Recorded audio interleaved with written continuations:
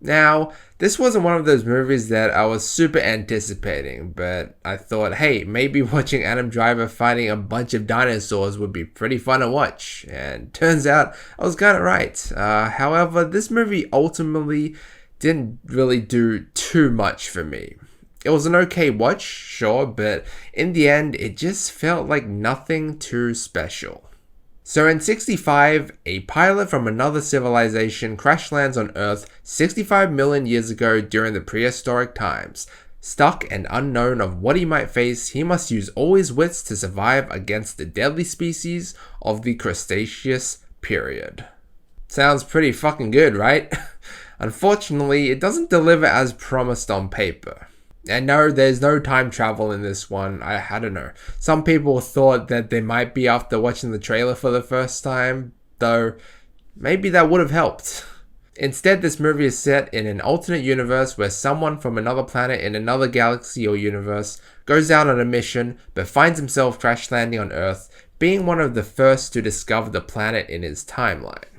That does actually get me wondering though, or thinking, like what happened back 65 million years ago. I mean, I know that's like around the time when the dinosaurs first became extinct or something like that. But yeah, I mean, I've always been interested in that, like things like that, like space, universe, time, history, and the crazy species from back then when the Earth was, like first formed and stuff like that.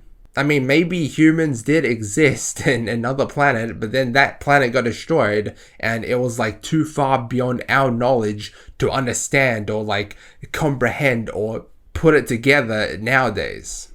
I mean, how would we know? History is huge. It's kind of like space and how there's bound to be things that we just haven't explored or haven't uncovered yet, right? I mean, apparently there's like, more than 70 or like 60 to 70, I don't know the exact amount, but like 60 to 70% of the world's ocean, the Earth's ocean, we still have not explored yet. You know what I mean?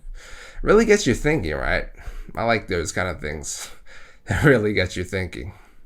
But I'm afraid that's mostly all this movie does. You see, this is a movie that doesn't feel like it pushes any boundaries.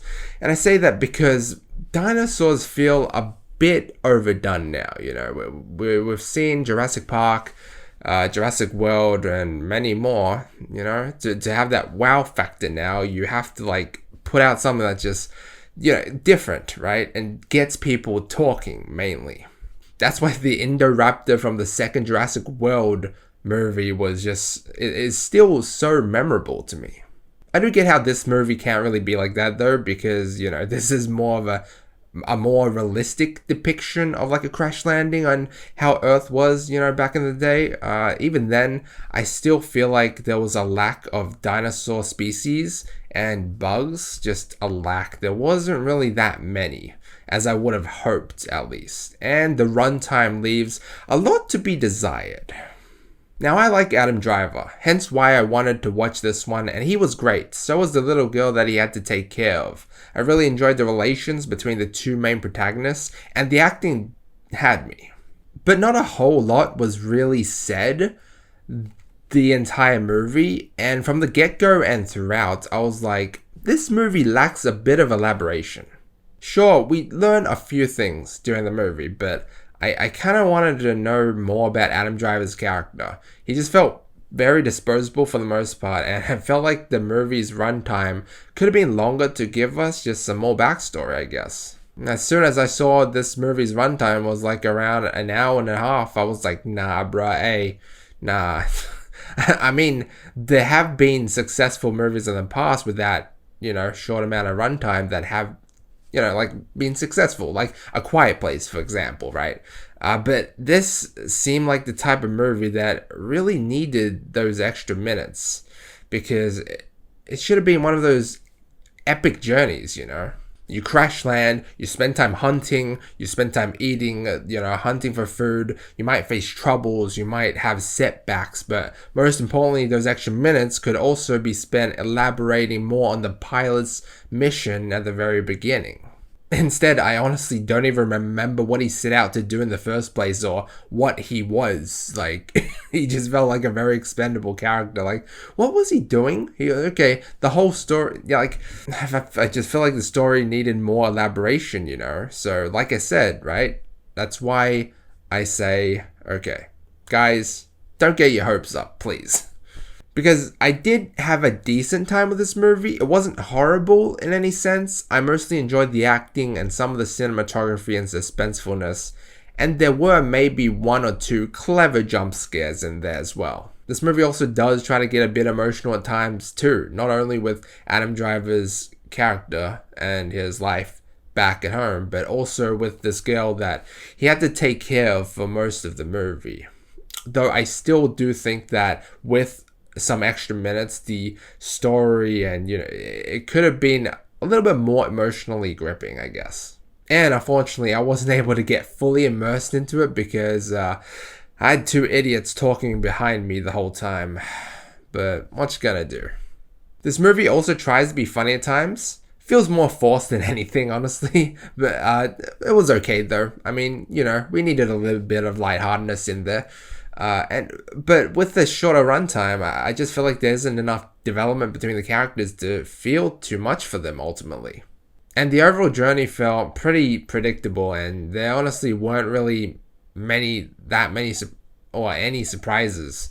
And in today's age, where we have just abundance of movies and a huge variety, something like this can be considered as a waste of time.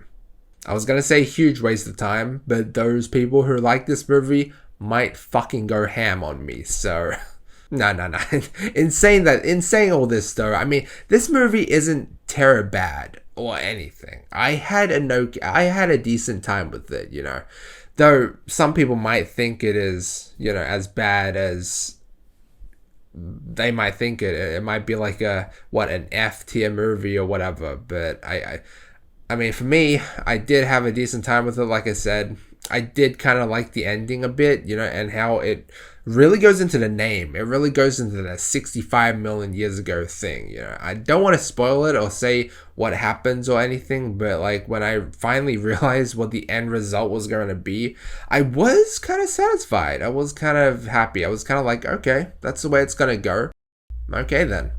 It could have been more emotional though, and looked more epic and felt more satisfying, sure, but it is what it is.